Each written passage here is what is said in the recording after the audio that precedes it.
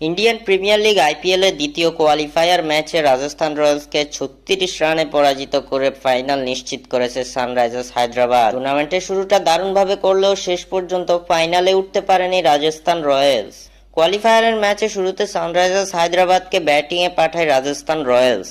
এদিন রাজস্থানের বোলারদের দাপুটে বোলিংয়ের সামনে পড়েন হায়দ্রাবাদের ব্যাটাররা। শেষ পর্যন্ত হেনরিক ক্লাসেনের সেঞ্চুরিতে ভর করে 176 রানের লড়াকু পুঁজি পায় হায়দ্রাবাদ। জবাবে এই রান তাড়া করতে নেমে প্যাট কামিন্সের দলের সামনে পাত্তাই পায়নি রাজস্থান। নির্ধারিত 20 ওভার শেষে 7 উইকেট হারিয়ে 139 রান তুলতে সক্ষম হয় তারা, যার ফলে 36 রানের জয় দিয়ে ফাইনালে ওঠে কাব্বিয়া মারানের দল। তবে এদিন মাঠের খেলাকে ছাপিয়ে গেছে আরো একটি বিষয়। ম্যাচ শেষে এদিন উল্লাসে ফেটে পড়েন সানরাইজার্স হায়দ্রাবাদের সুন্দরী মালিক কাব্বিয়া মারান। শুধু তাই নয়, এদিন আনন্দে আত্মহারা হয়ে সতীর্থকে জড়িয়ে ধরেন এই সুন্দরী। আইপিএল এর নিজ দলের খেলা দেখতে আসলেই ক্যামেরাবন্দী হন কাব্বিয়া। সুন্দরী